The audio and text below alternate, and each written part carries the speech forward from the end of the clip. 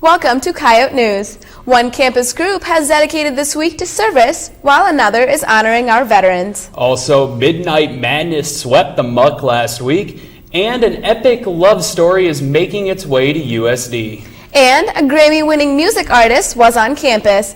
That report and more coming up. But first, headlines with Lene Tucker. Dick Clark died today. The television legend hosted American Bandstand and the perennial New Year's Eve celebration on ABC. His representative says Clark suffered a massive heart attack. This morning, he was 82.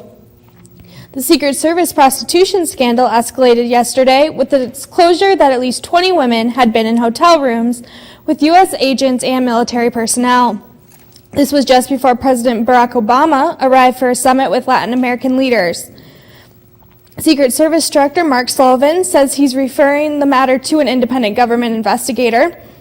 Sullivan's been peppered with questions about whether women had access to sensitive information that could have jeopardized President Obama's security. The Space Shuttle Discovery went out in high-flying style after 3 spectacular spins above the nation's capital. The world's most traveled spaceship completed its final flight and is now becoming a grounded museum relic. Discovery was bolted to the top of a modified jumbo jet as it took victory laps around the White House, the Capitol, and the Washington Monument, eliciting cheers and emotions that used to accompany thunderous launches. And those are your headlines. Thanks, Lene. Campus veterans are hoping students take notice of the number of vets who have died in Iraq and Afghanistan. Coyote News' Josh Kapler says that's why they've placed more than 6,000 flags in front of Old Main. The USD Veterans Club held its 4th consecutive spring flag display, honoring fallen soldiers from the Middle East conflicts. Each night at 6 p.m. this week, the club gathers for a ceremony remembering the lost, who now stand together as a unit. President Eric Gage says the display represents more than thousands of flags in the ground. We tried to, give a visual for that. Each one of those flags isn't just a little piece of wood and fabric. It's a person. It's a friend, a brother, a sister. Veteran biker organizations also attend the memorial to pay their respects. The last 2 years, the Patriot Guard Riders, as well as the Legion Riders and the Eagles Riders, have been coming to our dedication each day. It's quite a moving scene to see, 30 to 50 bikers with flags on their bikes, riding onto campus to, pay their respects to the flag display. Treasurer Emily Weiss helped construct the display. She says it honors each soldier's memory by remembering their sacrifice. It's just nice to be able to give them a memorial and show them that we haven't forgotten them, that they're still with us and they'll never be forgotten. Reporting for Coyote News, I'm Josh Kapler. Since last year, 400 additional flags have been added to the display. A modern adaptation of a classic opera is coming to USD stage. Dido and Aeneas is being presented by the USD Theater Department, the Chamber Singers, and the Chamber Orchestra. The opera features a mythic queen, her lover, and an evil sorceress bent on revenge against the two. Opera director Tracelyn Gestelin says this is the largest scale production to date. The opera will be performed at 7:30 on Saturday, April 28th. April 22nd is Earth Day, and for students for environmental engagement are hosting an all-day event on Monday to mark the occasion. Eric Tiger says there are plenty of entertaining and educational activities planned. We've got all kinds of music going to be playing out here on the East Lawn of the Muck. Folk music, rock music, a bunch of different genres. We're going to have a raffle for this quilt. Raffle tickets are on sale. The big thing we want to promote is the 5K. That's at 5 o'clock that night. We really want people to come and show up, run to the 5K. It's a run-walk, so if you're not in shape like a lot of folks are, you can walk the thing, but we really want to get people showing up to register. That's at 5 o'clock next Monday. It is a $10 registration fee for that, and any money raised is going to South Dakota Parks and Wildlife. The event will also feature presentations on sustainability, grilled food, games, and a silent auction. The Earth Day celebration takes place on the Muck's East Lawn on Monday from 10 until 7. Coming up, did you have a chance to meet the Grammy-winning artist who was on campus last week? If not, you'll get the chance to hear why he was at USD next. Today on Coyote Sports, the Coyotes dominated the Bunnies. Today on Coyote Sports, the Coyotes dominated the Bunnies. Today on Coyote Sports. That's gonna do it for all of us at Coyote News. Stay classy for millions. President Abbott addressed the SGA today. President Abbott. Tonight on Coyote News.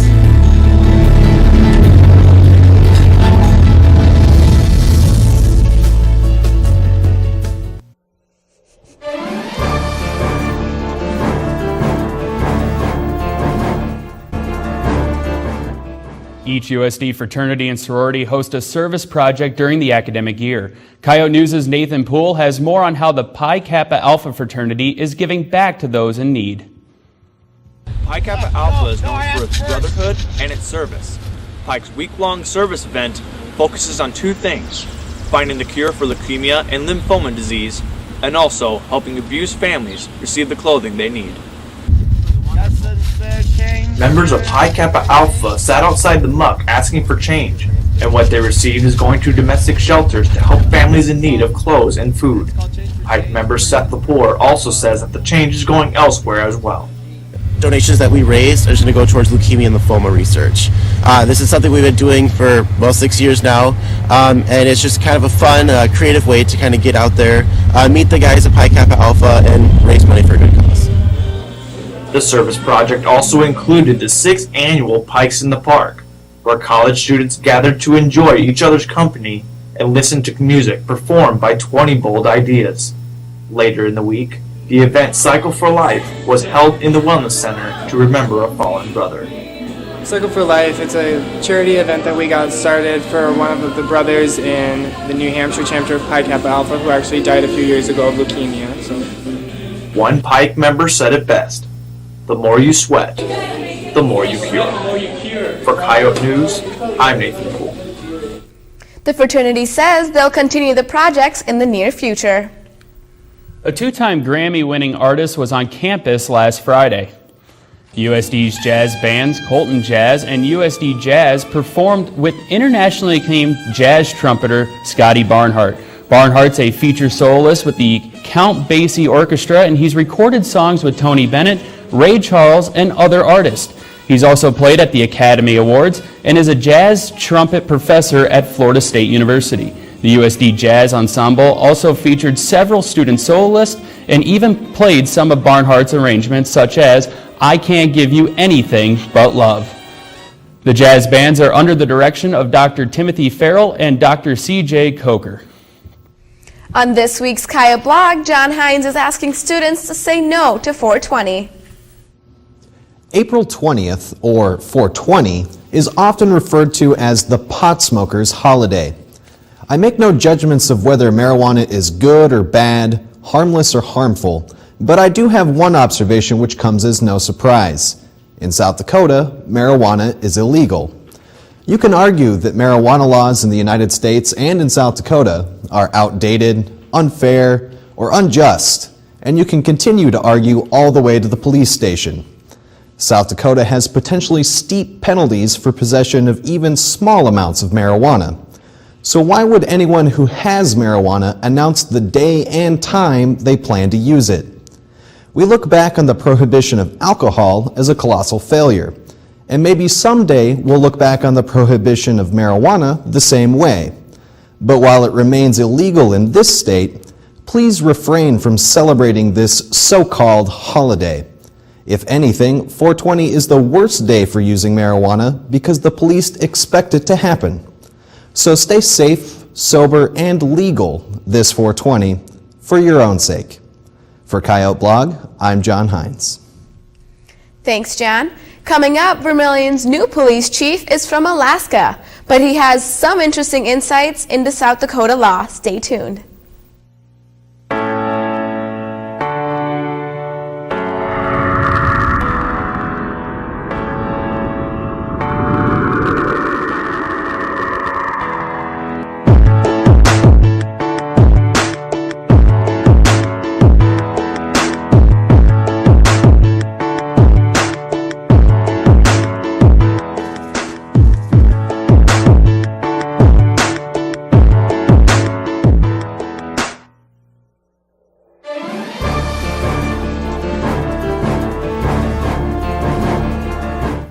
It was utter madness at the Student Union Saturday night. Despite the thunderstorms raging outside, more than 60 students attended the Midnight Madness at the Muck. Student Life hosted the free event, which featured a roller rink, photo keychains, airbrush, and henna tattoos. Campus Events Coordinator Jill Ward says it was designed to give students more to do. Get out of their rooms and stay on campus still and have something to do over the weekend. Junior Kelsey Crawford says the event was fun even though she wasn't into the skating. Ward says she's happy with the turnout, especially considering the weather. She says events like these are a fun way to relax. Student Life will be hosting events during finals week to help students take a break from their studies. From a famous Alaskan town to Vermilion, the city's chief of police, Matt Betson, is in new territory. Yote reporter Scott Cook found out how the chief's been adjusting to his new duties. From the deadliest catches home of Dutch Harbor, Chief of Police Matt Betson fills me in on what it's like going from an Alaskan patrol officer to Vermilion's chief of police. After the Marines, Betson took a police job in the small town of Unalaska, also known as Dutch Harbor, where he had been for the last 20 years. Besides the weather, he says the main difference between Dutch Harbor and Vermilion is logistics. Here, if you need something, you pick up the phone and it shows up in a couple of days by UPS. That's just unheard of where we were at. You always had to plan weeks and months ahead of time logistically for anything. Dutch Harbor is known for the TV show The Deadliest Catch. Betson refers to the town as the Wild West of Alaska, a place where fishermen and crabbers go to strike it rich in the fishing industry. With so many people coming in and competition high, Betson has broken up his share of fights in the small town. You know, my boat's better than your boat, my fishery's better than your fishery. I don't know how many fights I've broken up between crabbers and longliners because they're trying to show, who's the better man. And I'm sure if you get a longliner, they think they're the better man, and a crabber, they think they're the better man. But he says no matter where you go as a police officer, one problem remains consistent. Alcohol and drugs tie to everything we do. Or at least such a vast majority, it's hard to remember the things that weren't alcohol and drug related. That's true in Unalaska, it's true in Vermilion. As the new chief of police, Betson hopes to make citizen service a top priority. That our job is to protect and serve. Well, everybody knows what police say when they mean protect, but what does it mean to serve? And a lot of times, no one can tell us what it means to serve, and we don't seem to know. So striving for that values is about putting that service back in the protect and serve. Eventually, after he retires, Chief Betson hopes to go back to school and get his PhD so he can teach criminal justice. With the Yote Report, I'm Scott Cook. Thanks, Scott. In honor of the upcoming Day of Silence, the 10% Society is hosting Pride Week. Brianna Clark is live at the Muck with details. Thanks, Abby. I'm live with Lissa Henrich, co-president of USD's 10% Society. Thanks for joining us, Lissa. What is Pride Week? Pride Week is a week-long celebration kind of leading up to the Day of Silence on Friday. It's a chance for us to show how active we are in the community, so then we can then take it away Friday and have a bigger impact on the community to see how the LGBT community plays such a big role and how much of an effect it has when we're silenced. What type of events have been held this week? This week, Monday, we did Transgender 101, and we had PFLAG in from Sioux Falls, which was amazing. Came in, did movies, information on transgender. And then Tuesday, we did Bullying Day, which was a lot of fun also. Today, we did guest orientation, and we're doing safe space training tonight at 6. Tomorrow, we are actually joining Augustana College up at Augustana and going to one of their speakers on identity and sexuality. And Friday is the Day of Silence, where we will be posted randomly around the campus with big signs saying what the Day of Silence is and just being completely silent. How can students participate in the Day of Silence? You can contact us at glbta@usd.edu and ask for buttons and pins, and we will let you know from there. All right, thank you so much for joining us, Lissa. Again, join the 10% Society tonight at 6 p.m. in the Muck Ballroom for safe space training. Live at the Muck, I'm Brianna Clark. Thanks, Brianna. The Demon Barber is coming to campus. Sweeney Todd, the Demon Barber of Fleet Street, is being directed by Haya Gordon Bland. The assistant professor of movement and Shakespeare has been directing for years, but Sweeney Todd is her first big musical production. The play was chosen last year by the USD theater faculty. Design meetings began over 4 months ago. After 7 weeks of rehearsal and multiple 12-hour tech days, Sweeney Todd is ready to open. The scale of it, it's grand, it's epic, it's a huge story, and I think it's visually stunning. I think our designers have done a phenomenal job of really bringing that scale to life on stage. The music is spine-tingling. I think we have a really, really strong cast, so I'm very excited to have the whole thing come to life and for the audience to get to share in that experience in a live theater space. For more information about Sweeney Todd performances or performance times, visit the Fine Arts page on the USD website. Sports with Diana Johnson and Mandy Ewald is up next with news on potential football schedule change. Commentator Taylor Moore compares two pro basketball players and to an NBA legend.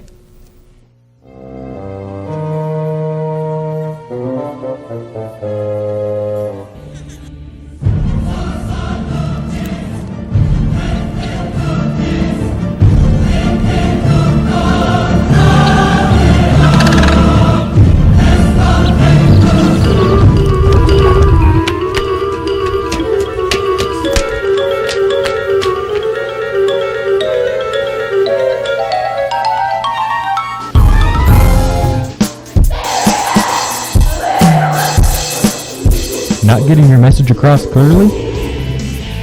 Contact Coyote Creative for all your promotional needs.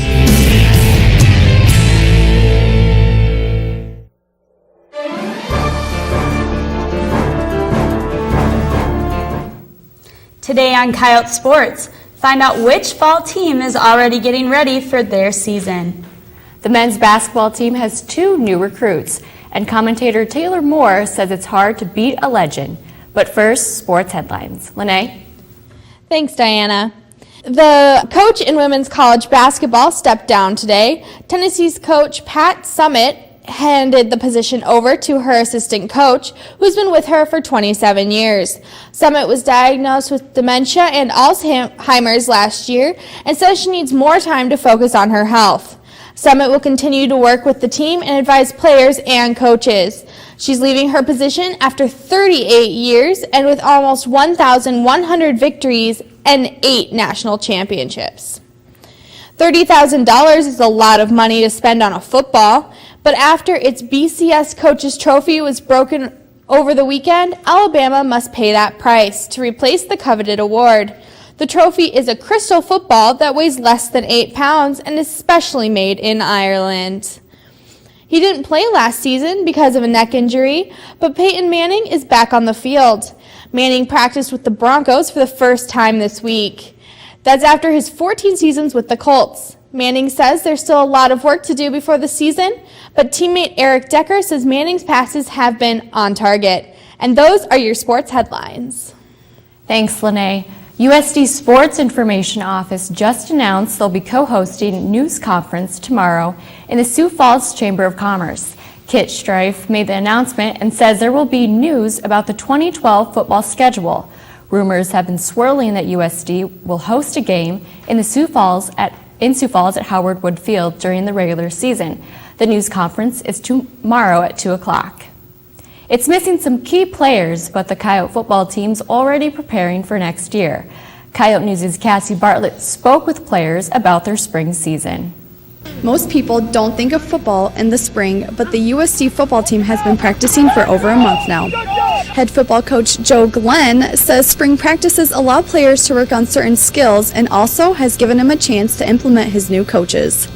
The most pure form of coaching is in the spring when your athletes get to learn your stuff, your coaches, and it's coaching at its best. Junior Will Powell says the younger players have really stepped up this spring. It's really time just to kind of come together as a team and grow as a team and kind of see who's going to be able to step up in positions because, we lost 20-something seniors last year. So it's been fun to watch the young guys, kind of get better every day and see them grow. While the spring allows some players to get more experience, Glenn says it's hard for the incoming freshmen. Basically, they're in the 9th grade again, and they start over at the bottom, and it gets a lot of them. Some of them, their egos can't handle it, and it tears them up. And then others just know that they got to roll their sleeves up and begin at the bottom and start working their way up. The Coyotes conclude their spring season next weekend with a game, and while Glenn says it'll be hard for fans to follow the scoring, Powell says it gives the players a chance to show off. They can expect to see a lot of scoring on the offensive side because the defense can't stop us. But we're just going to be a very solid team, and it's going to be fun to watch. For Coyote News, I'm Cassie Bartlett. Thanks, Cassie. The red and white game is Saturday at 1 in the Dakota Dome. USD's track and field teams showed their strength at the Sioux City Relays over the weekend. Senior Jasmine Mosley led the women with wins in the shot put and discus. Mosley's shot put was second best in the Summit League this season. Sophomore Cody Schneider also had wins for the men in the discus and shot put. Soccer teams will be competing in one of the final events for the Greek Week. The Red Bull kickoff is Friday night. The competition takes place in the parking lot behind the Dalzell Education Center. There will be 2 different games going on at all times of people playing soccer, so people can hang out, drink Red Bull, watch their friends play soccer, watch them compete. Organizers say there are specific rules each team must follow. The key component is to have 3 people on the field at all time. 1 must be a female, and the males must be part of that sorority pairing. Each game will last 15 minutes. There are no goalies, so the games can be high scoring. DJ Midwest from Midwest Blessed will be providing entertainment. Stands will be set up for the spectators, and the Red Bull is free. The first place team wins authentic jerseys from the New York Red Bulls soccer team. The tournament starts at 6 o'clock Friday night. On this week's More Sports, commentator Taylor Moore searches for the next Michael Jordan. Every sport has a greatest of all time, a player that has changed the game forever, that has left a legacy or a mark on the game that can never be changed. For basketball, many hold Michael Jordan as the best player to ever play the game. But what about after him? Who will be the next Jordan? The debate usually rests in between 2 players, Kobe Bryant and LeBron James. Compared to LeBron, Kobe has more of a finesse touch, rather than the hard, powerful style of LeBron James. Both can score very easily in most cases, and more often than not, have the ball in their hands. But I have a slight problem with both of them. LeBron has an issue with finishing important games, and Kobe is, well, let's just say it might be time for him to start bringing Bengay to practice. Now, Kobe can finish a game, but the question is if his body will allow him to. Here's the biggest question of all. Who is the next Michael Jordan? In my opinion, none of the 2. Each has a style of play that is totally different from Michael Jordan. Now, are both Kobe and LeBron great players? Well, of course they are, but they both play basketball differently than Michael Jordan. For More Sports, I'm Taylor Moore.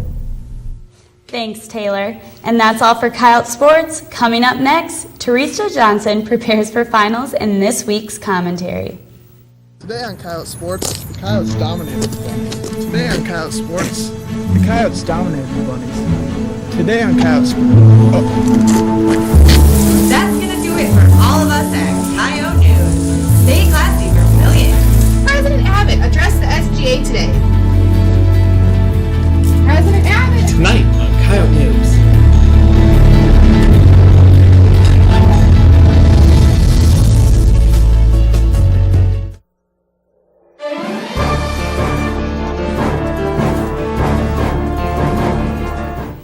With finals week quickly approaching, some students may feel overwhelmed with the workload. Coyote commentator Teresa Johnson puts her spin on what happens when class isn't a high priority.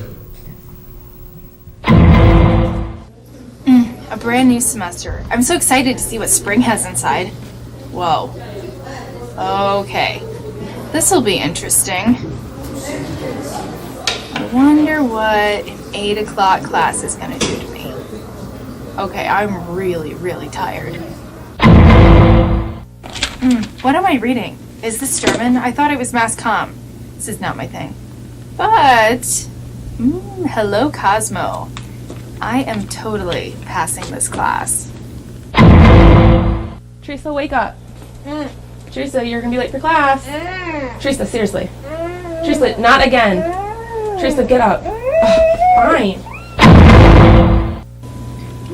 Log into my email, teresa.a.johnson. What? What is that? A deficiency? No. People, don't judge me. Don't judge me, people. Don't look at it. Please don't look. This material I'm studying is so hard. But what if?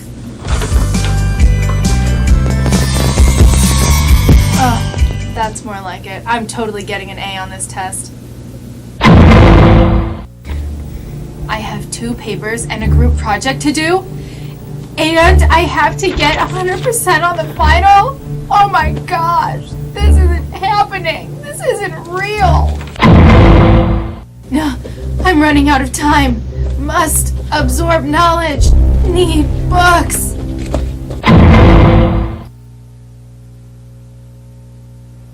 Teresa, wake up. Teresa, don't you have a final now? Teresa. All right.